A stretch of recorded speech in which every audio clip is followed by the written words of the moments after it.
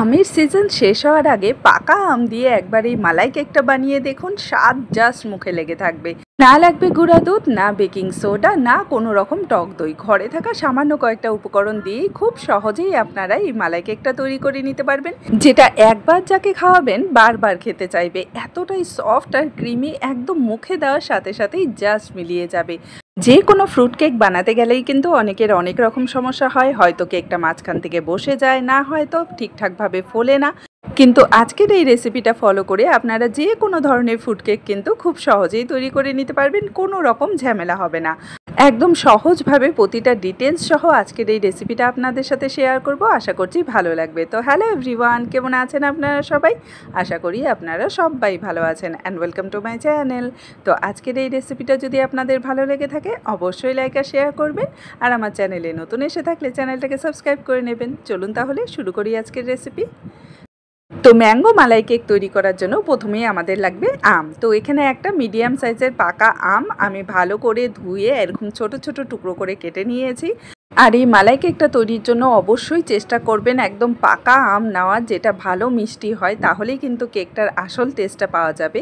তো এবারে এই আমের টুকরোগুলোকে আমি একটা মিক্সার জারে নিয়ে নিচ্ছি, আর এর মধ্যে আমি অ্যাড করে দেব চিনি। তো এখানে আমি হাফ কাপ চিনি নিয়েছি, আপনারা মিষ্টিটা অবশ্যই নিজেদের স্বাদ মতো কম বেশি করে নিতে পারবেন। এবারে এই আমটাকে আমাদের ভালো করে ব্লেন্ড করে নিতে হবে। খেয়াল রাখবেন কোনো রকম জল কিন্তু এর মধ্যে অ্যাড করবেন না।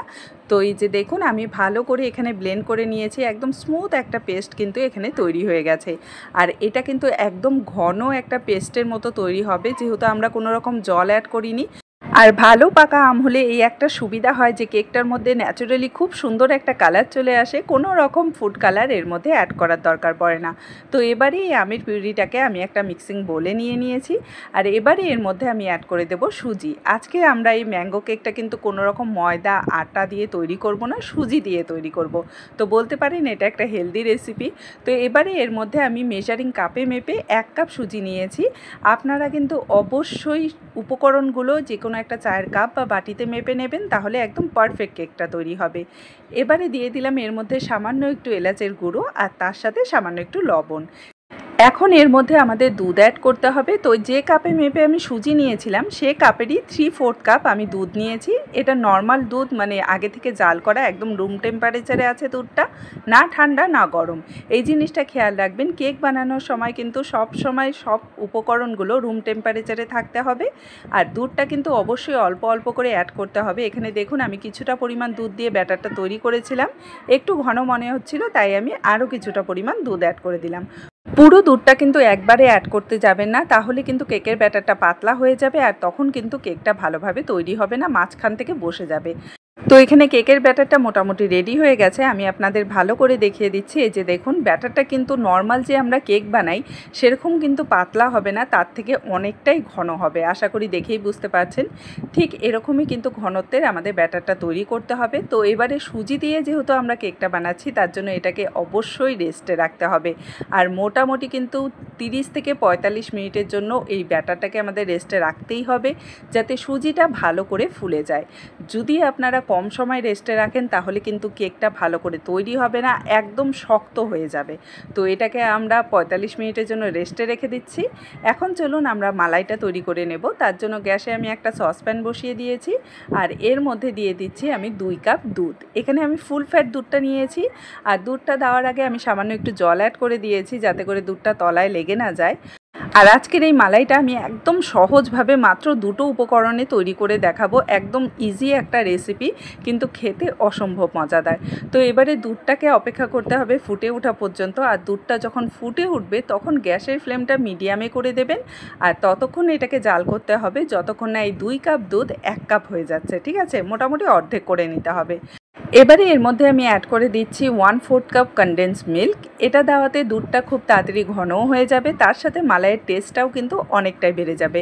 যদি হাতের কাছে কনডেন্স মিল্ক না থাকে কোনো টেনশন নেই, স্বাদ মতন চিনি, তার সাথে 2 থেকে 3 টেবিল চামচ গুঁড়া দুধ অ্যাড করে দেবেন, তাতেও কিন্তু খুব সুন্দর একটা মালাই তৈরি হয়ে যাবে। তো এখানে কিন্তু আমাদের মালাইটা একদম রেডি হয়ে গেছে। আমি গ্যাসের ফ্লেমটা অফ করে দিচ্ছি, আর এই মালাইটাকে আমাদের পুরোপুরি ঠান্ডা করে নিতে হবে।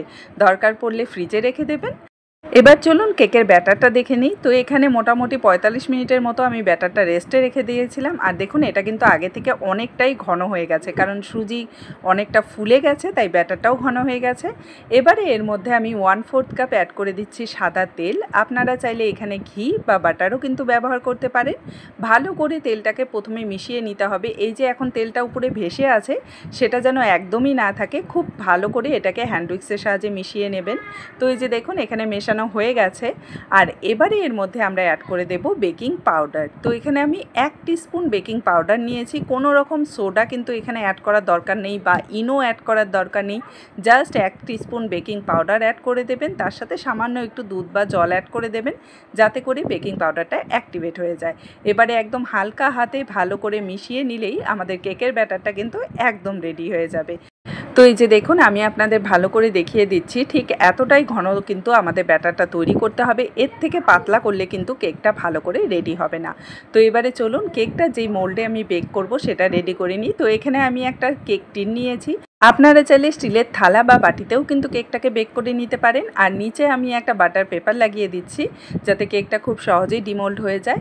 এবারে পুরো ব্যাটারটা আমি কেকের মধ্যে দিয়ে দেব। আচ্ছা, এখানে আমি একটু বড় সাইজের কেক টিনটা নিয়েছি, কারণ আমি কেকটাকে বেশি ফোলাতে চাচ্ছি না। আপনারা যদি ছোট সাইজের আর কি মোল্ড নেন, তাহলে কেকটা কিন্তু খুব বেশি ফুলে যাবে। তো আপনারা নিজেদের পছন্দ মতো যে কোনো শেপে কেকটাকে তৈরি করে নিতে পারেন। তো এবারে একটু এভাবে ট্যাপ করে নেব, যাতে সব জায়গায় ব্যাটারটা ছড়িয়ে যায়। এবারে চলুন কেকটাকে আমরা বেক করে নেব। তো তার জন্য এখানে একটা কড়াই আমি আগে থেকে ঢাকা দিয়ে একদম লো ফ্লেমে 10 মিনিটের জন্য ঢাকা দিয়ে রেখেছিলাম। এটা প্রিহিট হয়ে গেছে। এবারে একটা স্ট্যান্ড বসিয়ে তার ওপর আমি কেকের মোল্ডটা রেখে দিচ্ছি। আপনাদের কাছে যদি স্ট্যান্ড না থাকে, যে কোনো একটা বাটি উল্টো করে বসিয়ে দেবেন, তার উপর মোল্ডটা রেখে দেবেন। এবারে এই কেকটাকে ঢাকা দিয়ে একদম লো ফ্লেমে 25 থেকে 30 মিনিটের জন্য আমাদের বেক করতে হবে। তার মাঝখানে আর চেক করার দরকার নেই। একদম 25 মিনিট ভালো করে বেক করে নেবেন, তারপরে একবার চেক করে নেবেন। যদি ঠিকঠাকভাবে না হয়, তাহলে আরও 5 থেকে 7 মিনিট বেক করে নিলেই হয়ে যাবে। তো এই যে দেখুন এখানে আমি প্রায় 25 থেকে 30 মিনিটের মতো এটাকে বেক করে নিয়েছি, আর একদম পারফেক্টভাবে কেকটা কুক হয়ে গেছে। এখনই কিন্তু এটাকে ডিমোল্ড করব না, এটাকে হালকা একটু ঠান্ডা করে নেব, তারপর আমি আপনাদের কেকটা ডিমোল্ড করে দেখাচ্ছি। তো এই যে দেখুন কেকটা আমি এখানে পুরোপুরি কিন্তু ঠান্ডা করিনি, হালকা একটু গরমই আছে। তো কেকটা আমি আপনাদের আগে ডিমোল্ড করে দেখিয়ে দিচ্ছি। খুব সহজে এটা মোল থেকে বেরিয়ে আসে, যেহেতু বাটার পেপার লাগানো আছে। আর কতটা সুন্দরভাবে কেকটা বেক হয়েছে এই যে দেখুন, পুরো জালিদার আর কতটা সফট হয়েছে আপনারা দেখেই বুঝতে পারছেন। কোনো দিকে কিন্তু কাঁচা নেই, একদম পারফেক্টভাবে কেকটা কুক হয়ে গেছে। আর আমি যেহেতু এই মোল্ডটার মধ্যেই আর কি মালাইটা অ্যাড করব, কেকটা তার জন্য মোল্ডের মধ্যে আবার দিয়ে দিলাম। আর এটাকে নিজেদের পছন্দ মতো যে কোনো শেপে আপনারা কাট করে নিতে পারেন। আমি এখানে ছোট ছোট স্কোয়ার শেপে এটাকে কাট করে নিচ্ছি। আর পাকা আম অ্যাড করাতে কেকটার কালার কতটা সুন্দর এসেছে আপনারা দেখেই বুঝতে পারছেন। দেখেই কিন্তু খুবই লোভনীয় লাগছে। চাইলে আপনারা এটাকে এমনিও খেতে পারেন, কিন্তু আমি আজকে যেহেতু মালাই কেক বানাচ্ছি, তো মালাইটা তো অবশ্যই অ্যাড করতে হবে। আর ঠান্ডা ঠান্ডা মালাই যখন হালকা গরম কেকে অ্যাড করবেন, দেখবেন সাথে সাথে মালাইটা টেনে নেবে। আপনারা দেখেই বুঝতে পারছেন। তো মোটামুটি পুরো মালাইটাই আমি এখানে অ্যাড করে দিলাম। এবারে এর ওপর দিয়ে আমি সামান্য একটু ছোট ছোট কুচি করা আম ডেকোরেট করে দেবো ওপর দিয়ে।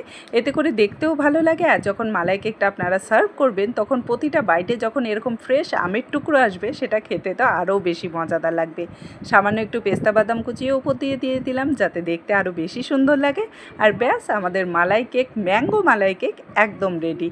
মালাইটা দেওয়ার পর কিন্তু কতটা টেনে নিয়েছে কেকটা আপনারা নিজেরাই দেখতে পাচ্ছেন। ভেতর পর্যন্ত কিন্তু একদম পুরো মালাইটা চলে গেছে। আর এতটা সফট এই কেকটা তৈরি হবে, জাস্ট মুখে দেওয়ার সাথে সাথেই মিলিয়ে যাবে। আমি আপনাদের কেটে দেখিয়ে দিচ্ছি। বিশ্বাস করুন, একবার এই মালাই কেকটা যখন আপনারা বাড়িতে বানাবেন, পরিবারের প্রত্যেকেই কিন্তু খুব মজা করে এটাকে এনজয় করবে। এটা এতটাই টেস্টি হয় খেতে।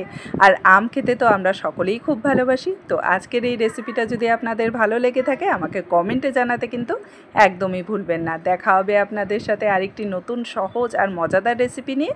ভালো থাকবেন, সুস্থ থাকবেন। Bye bye.